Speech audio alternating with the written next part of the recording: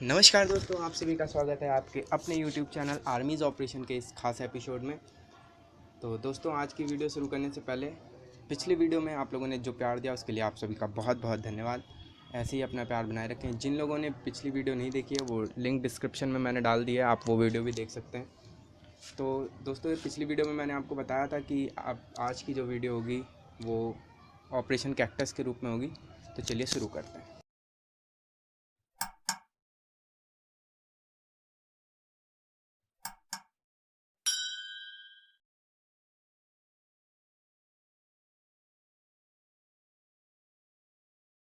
दोस्तों, बात है ये 3 नवंबर 1988 की।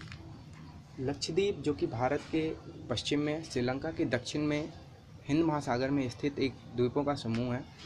1200 से अधिक द्वीप हैं लक्षद्वीप में, जिनमें से 200 के आसपास द्वीपों में लोग रहते हैं। लक्षद्वीप की बात करें तो वो समुद्र से, एक बहुत ही इम्पॉर्टेंट फैक्ट है कि लक्षद्वीप समुद्र से काफ़ी ज़्यादा ऊंचाई पर नहीं है, 6 से 7 फीट की ऊंचाई है। तो अभी हाल ही में अगर आप लोगों ने देखा हो तो लक्षद्वीप की जो कैबिनेट है उन्होंने अपनी एक मीटिंग समुद्र के अंदर की थी। आप उसकी फ़ोटो यहाँ पर देख रहे होंगे। और उन्होंने पूरे विश्व का ध्यान अपनी ओर खींचने की कोशिश की। ऐसा भी समय आ सकता है कि हम समुद्र के नीचे हों और समुद्र हमारे ऊपर हो। तो ये बहुत ही अनोखा सा फैक्ट है। और एक और बहुत ही अनोखा सा ही फैक्ट है इसका लक्षद्वीप के बारे में, कि जो वहाँ के राजनीतिक दल हैं वो अपने लोगों को ये आश्वासन दे रहे हैं कि आने वाले समय में जब ऐसी परिस्थितियाँ आएंगी तो वो उन लोगों के लिए बाहर किसी देश में ज़मीन खरीदेंगे। तो ऐसा पहला केस होगा अगर ऐसा हुआ तो, कि कहीं पूरा का पूरा देश एक जगह से शिफ्ट होकर दूसरी जगह चला जा रहा है। तो ये भी एक बहुत ही अनोखा फैक्ट है। तो अगर हम लक्षद्वीप की बात करते हैं तो लक्षद्वीप साल 1965 60-65 के आसपास अंग्रेज़ों से आज़ाद हुआ। 1978 में वहाँ पर राष्ट्रपति बनते हैं मोहम्मद गयूम। मोहम्मद गयूम लगातार 30 सालों तक वहाँ पर शासन करते हैं, एक डिक्टेटर के रूप में शासन करते हैं। साल 2008 में वहाँ पर एक रशीदी नाम के पत्रकार और सामाजिक कार्यकर्ता वो गयूम के ख़िलाफ़ आवाज़ उठाते हैं, आंदोलन छेड़ देते हैं उनके ख़िलाफ़, और 30 साल बाद वहाँ पर जाकर फिर से इलेक्शन होता है। तो मोहम्मद गयूम इलेक्शन हार जाते हैं और रशीदी जो सामाजिक कार्यकर्ता थे वो वहाँ के राष्ट्रपति बन जाते हैं। अभी साल 2018 में वहाँ पर दोबारा से, अगर आप लोगों ने खबरों में ध्यान दिया होगा तो वहाँ पर इमरजेंसी लगाने की नौबत आ गई थी। और अभी वहाँ पर राष्ट्रपति इब्राहिम मोहम्मद सालेह हैं। उनके ओथ्स में हमारे प्रधानमंत्री नरेंद्र मोदी जी भी गए थे। उनकी भी फ़ोटो यहाँ पर आप लोग देख रहे होंगे। तो मालदीव्स में उथल पुथल की स्थिति चलती रहती है। तो ये जो ऑपरेशन की कहानी है ये भी उन्हीं एक तख्ता पलट की कोशिशों में से एक की कहानी है। तो बात थी 1988 की। उन दिनों भारत में प्रधानमंत्री राजीव गांधी जी थे। राजीव गांधी ने जो मालदीव्स के राष्ट्रपति थे मोहम्मद गयूम, उनको भारत एक आधिकारिक दौरे पर आने का निमंत्रण दिया था। 3 नवंबर को राष्ट्रपति गयूम को भारत आना था। भारत ने अपना एक चार्टर प्लेन भेज के उन्हें बुलाने के लिए एक चार्टर प्लेन भेजा था, लेकिन किन्हीं परिस्थितियों की वजह से राजीव गांधी जी के कहने पर ये उन्हें मोहम्मद गयूम को अपना ये दौरा आगे बढ़ाना पड़ा।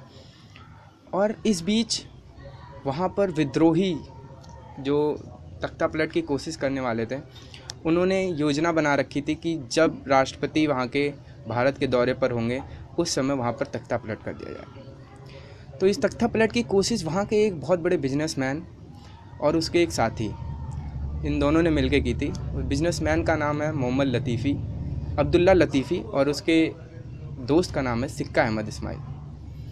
तो एक बार ये मोहम्मद लतीफ़ी जो था, अब्दुल्ला लतीफ़ी, ये श्रीलंका गया हुआ था। श्रीलंका में उसकी मुलाकात होती है प्लोटी के लोगों से। प्लोटी मतलब people liberation organisation of Tamil Eelam. तो प्लोटी का जो चीफ होता है उसके बीच में और मोहम्मद लतीफ़ी के बीच में एक समझौता हो जाता है इन दोनों के बीच में। और समझौते में ये बात होती है कि जो प्लोटी के लोग हैं वो जो लतीफ़ी है इसकी मदद करेंगे तख्ता पलट करने में। और इस जो लतीफ़ी है ये प्लोटी के लोगों को एक ज़मीन देगा उनके बिज़नेस को आगे बढ़ाने के लिए। और जो बेसिकली इनका बिज़नेस था वो स्मगलिंग का था। स्मगलिंग का काम करते थे लोग। और ये उनके बीच 3 नवंबर को इनकी प्लानिंग थी कि जब राष्ट्रपति वहाँ पर नहीं होंगे तब हम तख्ता पलट की कोशिश करेंगे, लेकिन होता है नहीं है ऐसा कि राष्ट्रपति ने अपना दौरा रद्द कर दिया। लेकिन इन लोगों ने प्लानिंग पूरी कर रखी थी, इसलिए इन लोगों ने सोचा कि हम अपने काम को अंजाम देंगे चाहे वो जाएं या ना जाएं। तो 3 नवंबर को ही 200 से अधिक जो प्लोटी people liberation organisation of Tamil के लोग थे वो स्पीड बोट से श्रीलंका से चल के और मालदीव्स के माले, जो इस मालदीव्स की राजधानी है, मालदीव बहुत छोटा सा देश है, एशिया का सबसे छोटा देश है जनसंख्या के हिसाब से भी और क्षेत्रफल के हिसाब से भी। तो उसकी राजधानी माले लगभग 2 से 3 स्क्वायर मील में बसी हुई है। तो मालदीव्स पहुंच जाते हैं वो लोग। मालदीव्स पहुंचते ही वहाँ के बंदरगाहों को अपने कब्जे में ले लेते हैं। जो सरकारी बिल्डिंगें होती हैं जैसे बैंक हो गया और भी जितने बिजली घर हो गए, जितनी भी सरकारी दफ्तर सरकारी बिल्डिंग से उनको अपने कब्जे में वो लेने लगते हैं। उनका टारगेट जो होता है वो यही रहता है कि मोहम्मद गयूम को कैसे करके पकड़ना है और तख्ता पलट कर देना है। मोहम्मद गयूम को जैसी ये खबर मिलती है वो अपना राष्ट्रपति भवन छोड़ के एक सेफ़ हाउस में जाकर शिफ्ट हो जाते हैं और फिर उनको ये अंदाज़ा लग जाता है कि उनके जो देश के सैन्य दल है वो इस तख्ता पलट को नहीं रोक पाएंगे। तो इस चीज़ में फिर वो उनके अपने फॉरेन मिनिस्ट्री को बोलते हैं कि बाहर के देशों से मदद ली जाए। उनके फॉरेन मिनिस्ट्री के जो लोग होते हैं वो तमाम देशों से मदद मांगने की कोशिश करते हैं। उनमें से पाकिस्तान भी है, श्रीलंका से भी वो मदद मांगते हैं, अमेरिका से मदद मांगते हैं। अमेरिका कहता है कि हम काफ़ी दूर है, हमें आने में 1-2 दिन लग जाएगा। ब्रिटेन से मदद मांगते हैं, ब्रिटेन कहता है कि आप भारत से मदद मांग सकते हो। तो उनकी आखिरी जो होप थी वो भारत ही थी। तो भारत के दौरे पर भी वो जाने वाले थे। तो वहाँ के जो फॉरेन सेक्रेटरीज थे, जो फॉरेन मिनिस्ट्री के लोग थे, उन्होंने भारत संपर्क किया, भारत में कॉल किया। अपना SOS बोलते हैं उसको, जब ऐसी कोई मदद की किसी देश से मदद चाहिए होता है तो SOS भेजते हैं। तो SOS भेजा उन्होंने भारत में। और इस बीच क्या था कि जो वहाँ पे उस समय हमारे जो एम्बेसडर थे मालदीव्स में, AK बनर्जी जी, वो भारत आए हुए थे। तो ये प्रोटोकॉल होता है, अगर किसी देश का राष्ट्राध्यक्ष हमारे देश में आता है तो वहाँ के जो हमारे जो उच्चायुक्त होते हैं, एम्बेसडर होते हैं, वो भारत आते हैं तमाम इंतजामों को देखने के लिए। तो वो भारत आए हुए थे। तो जब वहाँ पे गोलियाँ चलने लगती हैं तो वहाँ पे जो भारत की इंडियन एम्बेसी है वहाँ के बाहर भी गोलियाँ चलती हैं। तो वहाँ के लोग AK बनर्जी को फ़ोन करते हैं कि यहाँ पर गोलियाँ चल रही हैं। सुबह 4 बजे की बात थी।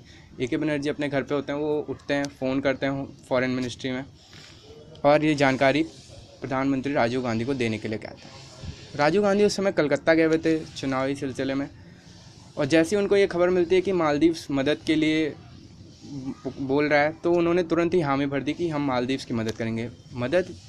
मालदीव्स की अगर हम बात करें तो सामरिक दृष्टि से वो हमारे लिए बहुत इंपॉर्टेंट है, क्योंकि वो सिल्क मार्ग में पड़ता है, जो फिर रेशम मार्ग जिसको बोलते हैं। अगर आप लोग चाहेंगे तो उस पर ऊपर भी एक वीडियो बनाएंगे, रेशम मार्ग क्या है, कैसे इंपॉर्टेंट है मालदीव्स हमारे लिए। जो चाइना, जब दक्षिण चीन सागर में आजकल चाइना की पोजीशन अभी भी अच्छी नहीं है, पहले भी यही था, तो वो जो हिंद महासागर में अपनी पैठ बनाने की कोशिश कर रहा है। तो इस इम्पोर्टेंस से मालदीव हमारे लिए बहुत इंपॉर्टेंट है। तो उन्होंने तुरंत हामी भर दी कि हाँ हम मदद करेंगे। तो और उसके बाद तुरंत ही सबको बुलाया गया कि साउथ ब्लॉक, अगर आप लोगों को पता हो तो संसद भवन के साउथ ब्लॉक में ऑपरेशन रूम है जहाँ पर हमारी सेना सारी रणनीतियाँ बनाती है। तो वहाँ पर सबको बुलाया गया। AK बनर्जी जो हमारे एम्बेसडर थे वहाँ पे, उनको भी फ़ोन किया गया कि आप जल्दी से साउथ ब्लॉक में ऑपरेशन रूम में आइए। सारे बड़े जितने सेना अध्यक्ष होते हैं वो सब इकट्ठा होते हैं और प्लानिंग बनानी शुरू हो जाती है। तो यहाँ से शुरू हो जाती है ऑपरेशन कैक्टस की कहानी। कैसे शुरू हुआ, क्या ऑपरेशन था, ये सब यहाँ से शुरू होता है। अब ऑपरेशन कैक्टस की रूपरेखा तैयार करने की बारी आई। तो बात हुई मालदीव्स की। तो मालदीव्स के बारे में वहाँ जितने भी लोग उस रूम में मौजूद थे, संयोग की बात थी, उन लोगों को उसके बारे में कुछ नहीं पता था कि मालदीव्स के एयरपोर्ट की स्थिति, वहाँ के शहर के बारे में किसी को कोई जानकारी नहीं थी। तो जो हमारे प्रधानमंत्री थे उन्होंने आदेश दिया कि जो इंडियन एयरलाइंस के पायलट जो मालदीव्स के माले राजधानी जाते आते रहते हैं उनसे संपर्क किया जाए, उनसे वहाँ की जानकारी ली जाए। टूरिज़्म विभाग को बोला जाता है कि वो नक्शे निकलवा के दें मालदीव्स के, और बहुत बड़े बड़े होटल्स में, क्योंकि मालदीव बहुत अच्छा टूरिस्ट प्लेस है, तो होटल्स में भी वहाँ के मैप नक्शे मिल जाते हैं। तो होटल से भी बोला गया कि वहाँ से नक्शे बुलाया जाए। और ये सब बात हुई। और उसके बाद वहाँ पे बोला गया कि जो 50 पैरा कमांडो जो पैरासूट से जंप करते हैं, आपने देखा होगा, उनकी बहुत शानदार परेड होती है राजपथ पे। आप उसकी फ़ोटो भी यहाँ देख रहे होंगे। बहुत ही अच्छी परेड होती है। रेड वो थोड़ा महरून कलर का स्कार्फ पहनते हैं वो लोग, तो उनको ये काम सौंपा जाता है कि वो लोग जाकर ये ऑपरेशन अंजाम देंगे। तो 50 पैरा ब्रिगेड आगरा के एयरबेस पर उनका बेस कैंप है, तो वहाँ संपर्क किया जाता है और ब्रिगेडियर गुलसारा जी को, ब्रिगेडियर गुलसारा जी थे, उनसे संपर्क किया जाता है और उनको बोला जाता है कि आप अपनी टीम को तैयार करें और इस ऑपरेशन को अंजाम दें। तो उसके लिए ब्रिगेडियर गुलसारा ने तुरंत अपने जो जूनियर उनके थे उनको बोल दिया जाता है कि सेना के सारे जवानों को इकट्ठा किया जाए और जल्दी ये ऑपरेशन बहुत कम समय में हमें देना था, क्योंकि समय बहुत कम था। तो इस बीच फिर तुरंत ही उन्होंने बोल दिया कि ऑपरेशन की तैयारी की जाए। सारे ऑपरेशन के सारे मैप्स वैप्स बुलाए गए, इंडियन एयरफोर्स के लोगों से भी को बुलाया गया कि कैसे इन लोगों को वहाँ तक पहुँचाना है। तो जो प्लेन जिसका नाम था IL-76, ये स्पेशल इंडियन एयरफोर्स के जो प्लेन्स हैं इनको बुलाया गया। उनकी भी फ़ोटो यहाँ पर आप देख रहे होंगे और इनकी मदद से इन लोगों को वहाँ तक पहुँचाने की बात करी गई। तो फ्यूल डाला गया, उसमें भी बहुत सारी समस्याएं आई। फ्यूल्स के लिए इतना सारा फ्यूल कि एक बार में उड़ान भरकर मालदीव पहुँचाया। पहले हमारी इतना अच्छा सिस्टम नहीं था, अब तो हम कहीं भी उड़ के जा सकते हैं। लेकिन फिर उसके बाद क्या हुआ कि सब कुछ तैयार हो गया, सारे लोग तैयार हो गए जहाज़ों में बैठने के लिए। तो जो ब्रिगेडियर गुलसारा थे वो AK बनर्जी जी से कहते हैं कि आप भी हमारे साथ चलिए, क्योंकि आपको उस शहर की थोड़ी बहुत जानकारी हो, क्योंकि वो वहाँ पर रह चुके थे, हमारे एम्बेसडर थे मालदीव्स में, तो उनको थोड़ी बहुत जानकारी हो। तो AK बनर्जी जी कहते हैं कि 2 शर्तें हैं, मैं चल तो लूँगा लेकिन उसके लिए मेरी 2 शर्तें हैं। उन्होंने कहा क्या है, तो बहुत ही इंपॉर्टेंट चीज़ ही, बहुत ही मज़े की बात हुई यहाँ पे। उन्होंने पहली चीज़ तो ये कहा कि जो हमारी फॉरेन मिनिस्ट्री है उससे मुझे परमिशन चाहिए, क्योंकि वो फॉरेन मिनिस्ट्री को रिपोर्ट करते थे। और सेविंग मशीन जो रेज़र होता है वो चाहिए, क्योंकि मुझे सुबह बिना मैं रेज़र किए मेरे से कोई काम नहीं होता है। तो ये बहुत ही मज़े की बात थी उसमें।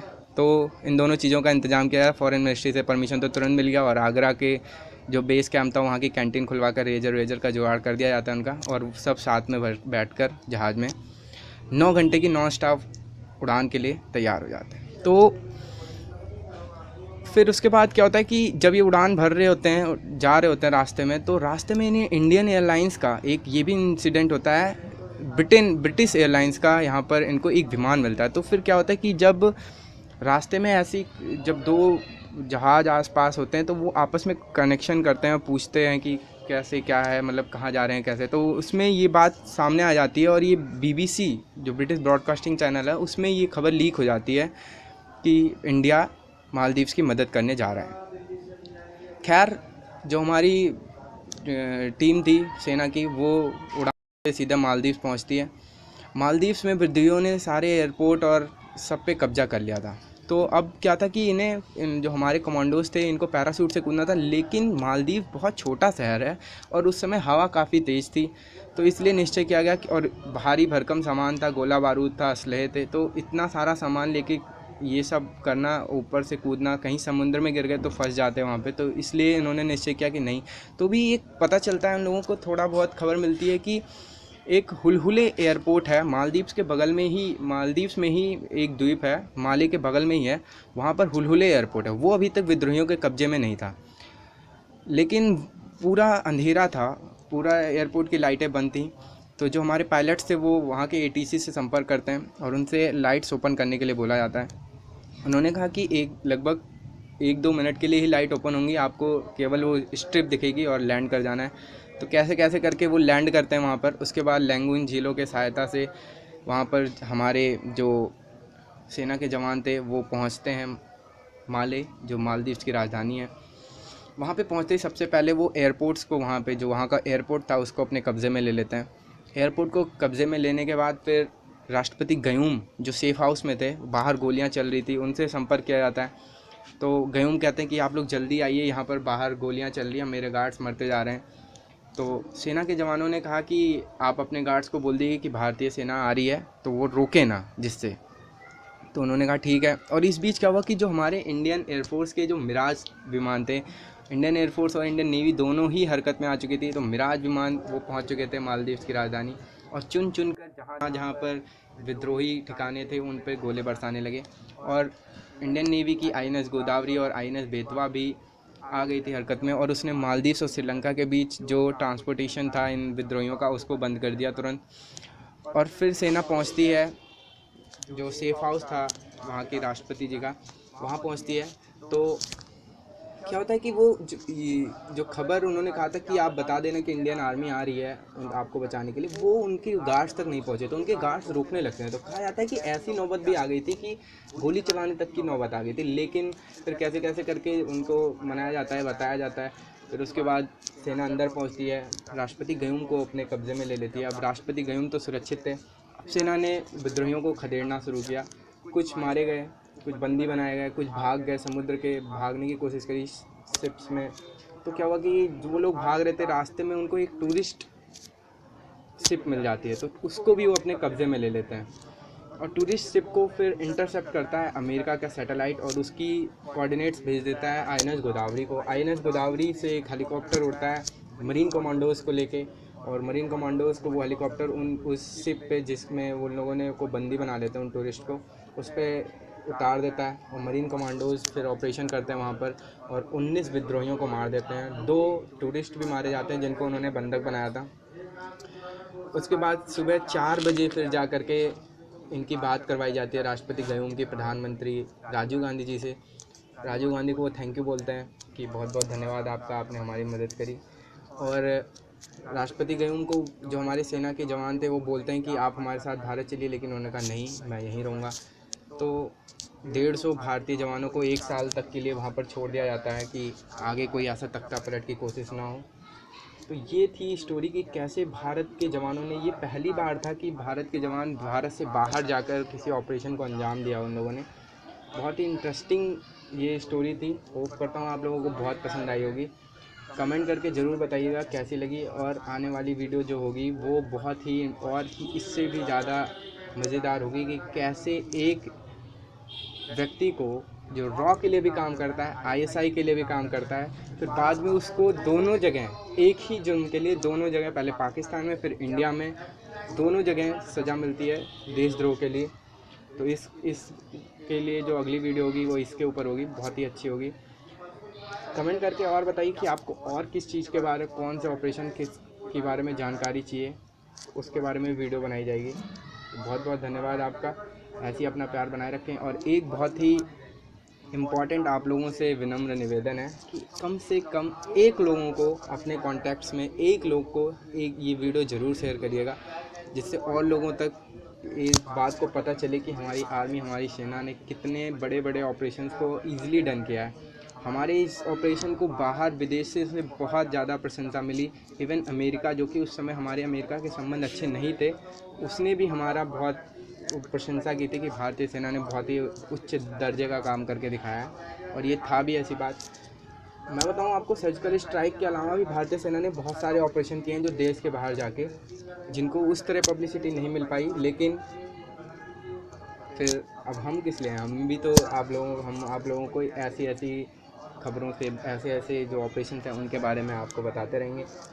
तो ऐसे ही बने रहिए, अपना प्यार बनाए रखिए। बाय बाय, टेक केयर, जय हिंद।